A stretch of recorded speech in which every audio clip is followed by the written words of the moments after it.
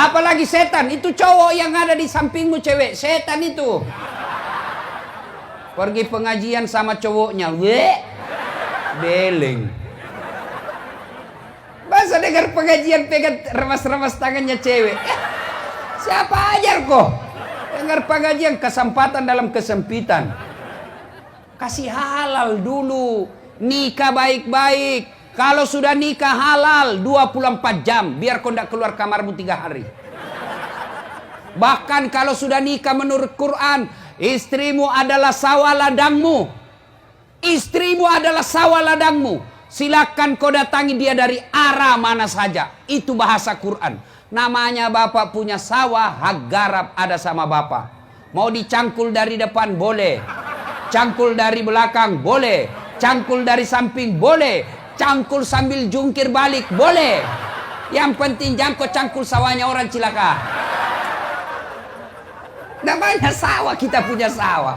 Bapak punya, silakan cangkul. Model cangkulnya terserah. Mau pakai cangkul Jawa boleh. Mau pakai cangkul Bugis boleh. Makanya halalkan dulu. Sampean cewek, jangan dekat-dekat sama cowok. Sedikit lagi. Beleng-beleng. Apa itu dibagi? Kue. Sebentar bagi konsumsi deh. Sebentar. Kota amal. Nah, sebentar. Karena kau dengar ceramah, tidak ada yang kasih kau itu. Karena mereka dengar ceramah. Sebentar, kita salawat sambil edarkan celengan. Siapkan. Nah. Wa qala idzan, Allah kemudian berfirman, Bismillahirrahmanirrahim. Innallaha wa malaikatahu yusalluna 'alan nabi. Ya ayyuhalladzina amanu sallu alaihi wa sallimu taslima. Sesungguhnya Allah dan para malaikatnya bersalawat kepada Rasulullah Muhammad sallallahu alaihi wasallam. Maka wahai orang-orang yang beriman, bersalawatlah kalian kepada Rasulullah dengan sebaik-baik salawat sallallahu alaihi wasallam. Allahumma salli ala sayyidina Muhammad wa ala alihi wa sahbihi ajma'in. Amma ba'd. Ibu bapak, saudara-saudara sekalian, teristimewa tamu kehormatan kita pada malam ini, Bapak Bupati dan Wakil Bupati Kabupaten Luhut Timur, yang insya Allah dimuliakan dan dirahmati oleh Allah Subhanahu wa Ta'ala. Anggota Dewan yang terhormat yang kita hormati, yang insya Allah dimuliakan dan dirahmati oleh Allah Subhanahu wa Ta'ala. Mohon maaf, matur nuwun, saya tidak bisa sebut nama satu demi satu. Yang di depan, kasih habis waktu. Juga saya tidak tahu namanya. Nah, saya tanya untuk mengawali ceramah kita tahun baru ini. Biasanya kalau tahun baru kita, semoga tahun baru Hijriah ini kita mendapat rahmat dari Allah Subhanahu wa Ta'ala. Mau dapat rahmat Allah? Mau dapat rahmat Allah? Yang namanya rahmat Allah, biar tukang judi mau juga. Biar tidak sholat mau juga. Tapi apakah semua yang ingin dirahmati Allah otomatis mendapat rahmat Allah? Saya kasih contoh.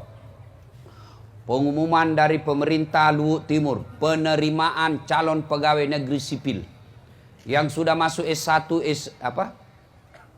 K1, K2. Sudah tidak ada masuk namanya K1. Di K2 juga tidak ada. Paling gampang cari di kakak, pasti ada namamu. Nah, pengumuman penerimaan CPNS, seluruh sarjana daftar. Semua daftar. Apakah semua yang daftar otomatis lulus? Apakah semua yang daftar otomatis diterima? Tidak, yang hanya memenuhi syarat. Yang memenuhi syaratlah itu yang lulus. Begitu juga semua orang Islam mau dirahmati Allah. Semua kita mau dirahmati Allah. Tapi apakah semua yang mau dirahmati Allah otomatis dapat rahmat Allah? Ternyata menurut Quran tidak, bos. Kalau kau mau dirahmati Allah, ada 3 syaratnya menurut Al-Quran. Apa itu? 3 jipa, 3 saja. Lebih banyak syaratnya jadi caleg. Innalladzina amanu walladzina hajaru wajahadu fisabilillahi ulaika yarjuna rahmatallahi wallahu ghafurur rahim. Nah, ini 3 saja syaratnya. Mari kita simak satu demi satu. Yang pertama, innalladzina amanu, harus beriman kepada Allah. Nah, biasanya kalau kita bercerita iman langsung tepuk dada. Wah, saya beriman kepada Allah. Sorry, maaf, ngaku beriman gampang. Yang sulit diakui oleh Allah sebagai orang beriman. Saya ulangi, ngaku beriman kepada Allah gampang. Yang sulit adalah diakui oleh Allah sebagai orang beriman. Saya beriman kepada Allah. Apa betul kau diakui Allah orang beriman? Contoh, ibu bapak kenal Sandiaga Uno? Ibu-ibu kenal? Kenal Sandiaga Uno? Bu, itu Sandiaga Uno masih sepupu 1 kali sama saya. Bapaknya dengan bapak saya saudara. Begitu dicek ke Pak Sandi, Mas Sandi, sampean sepupu sekali sama Dasat ya? Siapa Dasat? Namanya saja baru ku dengar. Ibu-ibu, kenal Yusuf Kalla, wakil presiden? Tahu? Itu nenek dengan nenekku, satu nenek. Sama-sama nenek. Begitu dicek, Pak JK katanya sepupu sama Dasat Latif. Siapa Dasat Latif? Cokakna. Baru saja ku dengar namanya. Begitu juga dengan Allah. Ngaku beriman kepada Allah gampang. Yang sulit, betul tidak sampean diakui Allah sebagai orang beriman? Kalau begitu, apa ciri-ciri orang beriman? Apa tanda-tanda orang beriman? Masih ingat pelajaran pendidikan agama waktu kita kecil dulu? Iman adalah meyakini dalam hati, mengucapkan melalui lisan, melakukan dalam kehidupan sehari-hari. Dari definisi ini, iman itu ada 3 unsurnya. 1, yakin kau dulu dalam hati. 2, ucapkan melalui lisan. 3, lakukan dalam kehidupan sehari-hari. Tidak bisa tidak, harus 3 unsur ini dilakukan. Sayang 1000 sayang, masih banyak di antara kita imannya hanya 2/3. Hanya percaya, hanya diucapkan, tidak dilakukan. Contoh, bagaimana hukumnya pakai jilbab? Wajib. Artinya apa? Dosa kalau tidak dipakai. Kenapa tidak pakai jilbab? Kita kan masih gadis, Ustaz. Nanti kita tidak laku kalau kita pakai jilbab. Bagaimana hukumnya menyogok? Haram. Apa artinya? Dosa. Kenapa jadi pegawai nyogok? Tidak diterima orang kalau tidak nyogok, Ustaz. Berarti imannya baru 2/3. Coba. Banyak di antara kita seperti itu. Imannya hanya diucapkan, belum dilakukan. Bagaimana hukumnya sholat? Wajib. Artinya dosa kalau tidak. Kenapa kau tidak sholat? Nantilah Ustaz ketika tua. Orang seperti itu, maka imannya baru 2/3. Lebih jauh lagi, bagaimana karakter orang beriman? Pembawaannya, sifat-sifat orang beriman. Mari kita lihat Al-Quran, dengar Al-Quran. Tanda orang beriman itu menurut Quran. Innamal mu'minuna alladzina isa sukirallah wajilat qulubuhum wa iza tuliyat alaihim ayatuh sadathum imanan wa ala rabbihim yatawakkalun. Tanda orang beriman itu, kalau dia mengaku beriman, tanda-tandanya kata Allah, 1, apabila disebut nama Allah bergetar hatinya. Nang kalinge senapung Allah Ta'ala tatenrengi nyawana. Bergetar hatinya. Bagaimana yang disebut contoh bergetar hatinya? Contoh, pernah jatuh cinta? Pernah? Pernah? Oh, saya sering, Pak. Sampai sekarang masih sering jatuh cinta. Itu katanya waktu saya masih muda, kalau ada orang saya suka, jangankan saya lihat mukanya, saya dengar saja namanya disebut sudah bergeletar hati saya. Nah, bilang temanku, dum-dum gled. Apa itu dum-dum gled? Dumba-dumba gleter. Jangankan kulihat mukanya, dengar saja namanya. Bahaya, Masya Allah. Apakah namanya Allah mampu menggetarkan hati kita? Ternyata sangat sulit bangsa Indonesia sekarang ini bergetar hatinya. Kenapa? Dengar nama Allah banyak yang merasa terganggu. Dengar nama Allah banyak yang merasa tidak tenang. Mana buktinya? Azan. Dengar nama Allah, Allahu Akbar, Allahu Akbar. Jangan kencang-kencang, keras, tidak boleh keras-keras, kecil saja. Namanya panggilan harus keras. Mana bisa memanggil tidak keras? Bukan panggilan itu, bos. Bici. Si bici. Si bici namanya itu, bos. Namanya panggilan. Woi, dasat. Manggil namanya itu. Azan itu panggilan sholat, jadi harus keras. Kalau dikecilin, bukan panggilan sholat namanya itu. Ada yang bilang lagi orang pintar, dia bilang kan semua orang sudah tahu waktu sholat. Sudah ada di handphone. Betul, kalau begitu alasannya mestinya bandara tidak usah ada panggilan. Di bandara itu sudah jelas jam berapa berangkatnya. Sudah jelas pintu berapa, sudah jelas pesawatnya. Tapi begitu tiba waktunya, para penumpang nomor penerbangan ini dengan nomor kode ini dipersilakan maju masuk ke pesawat melalui pintu 3. Diulang sampai 3 kali. Azan kita 1 kali, bos. Ini diulang 3 kali. Masih belum cukup, disebut nama 3 kali, Pak. Atas nama Dasat Latif dipersilahkan masuk ke ruang pesawat melalui pintu 3. 1. 2 kali dipanggil lagi. Atas nama Dasat Latif dipersilahkan naik ke pesawat melalui pintu 3. 2 kali. Sampai 3 kali belum datang. Wabillahi taufiq wa hidayah. Tutup pesawat. 3 kali orang dipanggil, Pak. Kita azan 1 kali merasa terganggu. Bagaimana ceritanya ini orang merasa beriman? Nanti ketika di akhirat dia mengaku, saya beriman kepadamu ya Allah. Allah berfirman, kenapa Palik kau merasa terganggu kalau azan? Seandainya azan itu sebut nama Dasat, kan tidak. Nama-nama Allah. Allahu Akbar, Allahu Akbar. Ada yang bilang, mengganggu itu azan, jelek suaranya. Solusinya bukan dikecilkan. Solusinya apa? Solusinya ganti tukang azan yang baik suaranya. Karena ada juga tukang azan bikin jengkel suaranya. Iya. Udah bila anak muda. Iya sih. Makanya itu masjid, Pak, bikin lomba. Lomba azan. Juara 1 gaji. Yang ada panitia masjid di sini gaji itu tukang azan. Jangan simpan uangnya orang jadi saldo. Salah itu panitia masjid kalau ada bikin saldo. Oh, berarti banyak masjid di sini bikin saldo. Wah, ini salah ini panitia masjid itu. Salah kok, bos. Kau di blender nanti itu kalau mati kok. Jangan simpan uangnya orang. Banyak juga panitia masjid itu saldo kas 70 juta. Begitu kita mau kencing tidak ada air. Masih baik kalau kencing, Pak. Kalau air besar, saya pernah singgah, percaya diri saya, langsung saja dulu. Selesai itu, tidak ada air.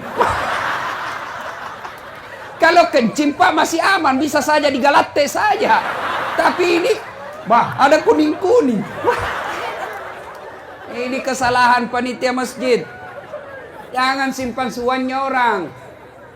Gaji, bikin sayembara, Muharram, bikin sayembara, azan. Lomba azan parade Muhammad dalam rangka semarak Muharram. Oh, luar biasa. Ini luar biasa. Pak Bupati, Pak Wakil Bupati, anggota DPR, terima kasih, Pak. Berapa kabupaten yang ada di Provinsi Sulawesi Selatan ini, Pak? Belasan, 24 kalau saya tidak salah. 24 kabupaten kota yang ada di Sulawesi Selatan, Pak. Hanya timur yang rame perayaan ulang tahun. Bayangkan, Pak. Senangnya lagi kita, Pak, Bupati Wakil Bupatinya hadir dengan senyum-senyum, akrab. Pak Wakil Bupati telepon Pak Bupati, iya kanda. Pak Bupati telepon Wakil Bupati, iya dinda. Kan enak dirasa kalau begini akur. Kalau pemimpin kita baku bombek kita, rakyat bingung. Si salah-salah. Baru 3 bulan sudah dilantik baku bombek. Ketemu baku bengkok mukanya. Ini biasa yang kasih baku musuh ini bupati sama wakil bupati tim sukses. Ini biasa tim sukses kasih salah-salah orang. Apa Jina pikir proyek?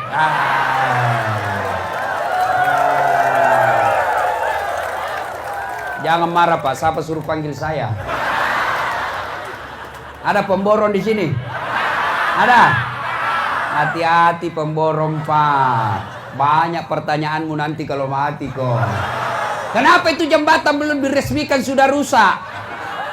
Nah bilang sudah memang keluar 20%.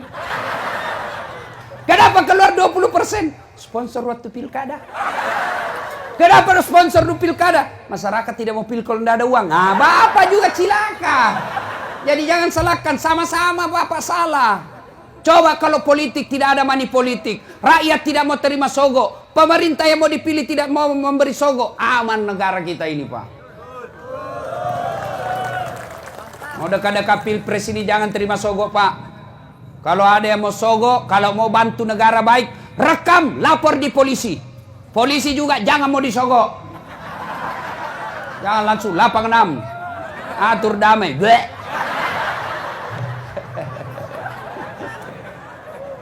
Itu polisi India, bukan polisi Republik Indonesia. Itu polisi India kalau ada film Pak, terakhir baru datang. Mati miso penjahat baru datang. Apalagi. Bapak saudara-saudara sekalian, nah kembali tadi ya. Jangan simpan uangnya orang Pak. Bikin itu bermanfaat. Kalau Bapak simpan jadi saldo, kapan itu manfaat? Pada saat dijadikan pembangunan. Dibelikan tegel. Selama tegel dipakai, orang yang menyumbang dapat pahala. Tapi kalau uang disimpan saldo, maka yang menyumbang tidak jalan amalnya Pak. Jangan Bapak simpan. Sudah bangun masjid itu, sudah selesai tidak ada perbaikan, maka cari masjid yang mau dibangun. Tinggal diumumkan, saudara-saudara sekalian jamaah, ini ada saldo 30 juta. Tinggal hanya mengendap tidak jalan uangnya Bapak. Maka kita bantu masjid tetangga desa. Tidak ada yang keberatan. Bahkan boleh bantu anak sekolah. Misal ada di sekolah itu, di kampung kita percaya dia baik, agamanya bagus, jujur, mau sekolah, cerdas tapi tidak ada duitnya, boleh dikasih uang masjid. Termasuk janda-janda tua. Kalau janda muda tidak usah, masih kuat cari uang. Ini bapak-bapak kalau bicara janda langsung senyum. Dede, cule-cule, nah gapat tujumu. Mau lemak bene nama sakak benemu. Sudah dikunci leher, tidak bisa goyang. Baik kalau kunci leher disimpan meja kuncinya, masih bisa diambil. Ini kunci leher dibuang di Sungai Tallo. Ya, bikin lomba azan ya supaya bagus yang azan. Bapak Ibu, tanda orang beriman yang pertama, apabila dia dengar nama Allah bergetar hatinya. Bagaimana hati mau bergetar kalau kita sering mempermainkan nama Allah? Mana disebut mempermainkan namanya Allah? Mana disebut mempermainkan namanya Allah? Panggil pengajian, datang pengajian, apa dibilang? Insya Allah. Insya Allahnya bagus, kayak 17 tahun di Mekah. Tapi dalam hatinya tidak mau. Bapak berdosa ketika dipanggil mengucapkan insya Allah padahal tidak mau. Besok ketemu, kenapa kau tidak datang tabligh akbar? Kan bilang memang insya Allah. Ini Bapak ini mau jadikan Allah sebagai kambing hitam. Tak boleh Pak, saya saja dijadikan kambing hitam, saya tidak mau. Saya manusia, bukan kambing. Allah kita jadikan kambing hitam. Datang ke pengajian, insya Allah. Padahal dalam hatinya tidak mau, tidak boleh. Orang seperti ini tidak bakal mendapat rahmat Allah. Apabila didengar nama Allah, bergetar hatinya. Maka aneh Pak, kalau ada orang Islam merasa terganggu ketika kedengaran azan di masjid. Saya bilang lebih baik saya dipenjara daripada biar saya dianggap melanggar undang-undang atau himbauan. Kalau masjid saya kasih kerar, biar saya ditahan. Yang penting saya bukan ditahan gara-gara saya korupsi. Ya, makanya jangan lagi bilang kalau saya cerita begini Ustadz bicara politik. Bukan, ini namanya amar ma'ruf nahi mungkar. Bapak kalau tidak pernah bela-bela agama Allah, tiba-tiba mati mendadak, Bapak ditanya, kamu kenapa tidak pernah bela-bela agama saya? Hati-hati. Kalau Bapak tidak mau peduli soal politik, maka kita dipolitiki nanti. Ya, jangan lagi berkata, ndak usah urus, yang penting kita baik. Saya kasih contoh sederhana. Ada preman tobat, bersahabat dengan remaja masjid.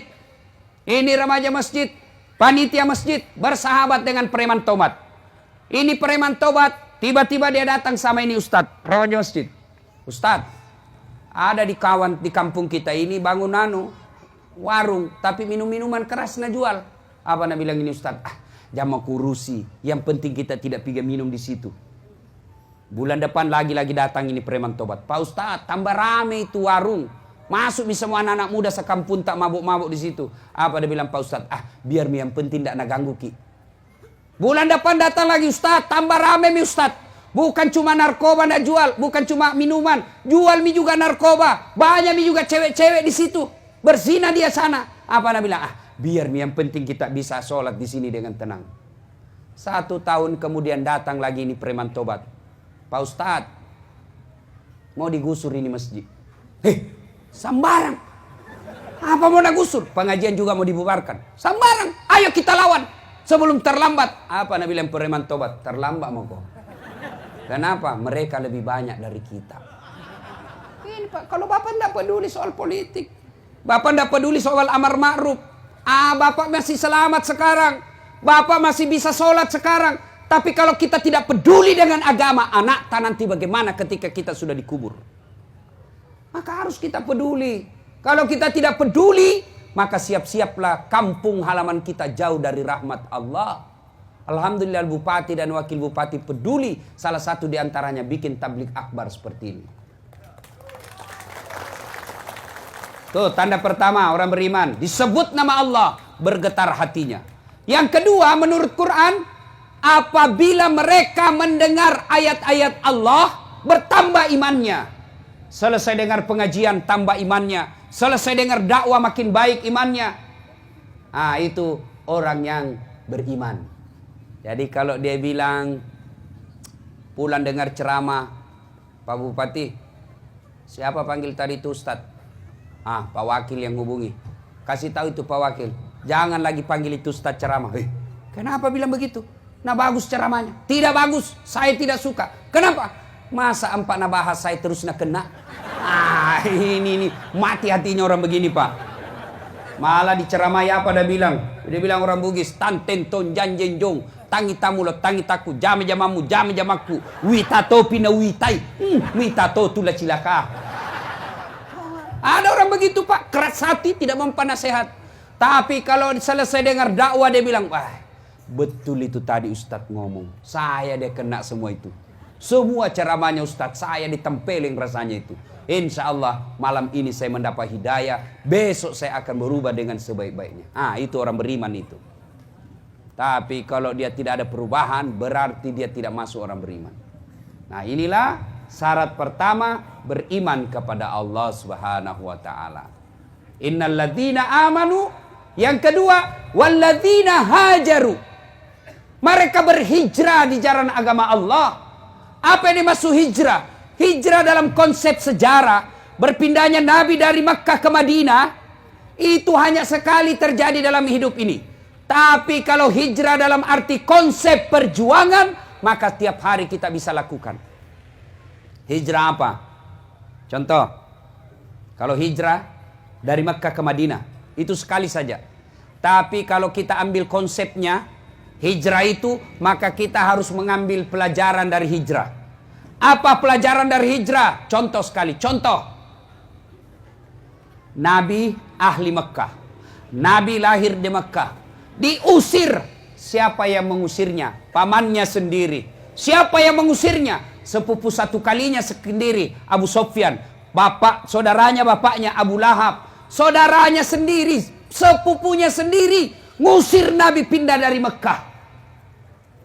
Untuk apa? Nabi lakukan semua itu untuk menyelamatkan akidah. Artinya apa Pak? Kampung halaman bisa jadi kita tinggalkan. Tanah kelahiran bisa jadi kita tinggalkan. Untuk apa? Menyelamatkan akidah kita. Nah, kalau kita di sini kan banyak pindah gara-gara apa? Gara-gara apa? Susah cari uang di kampung Ustaz.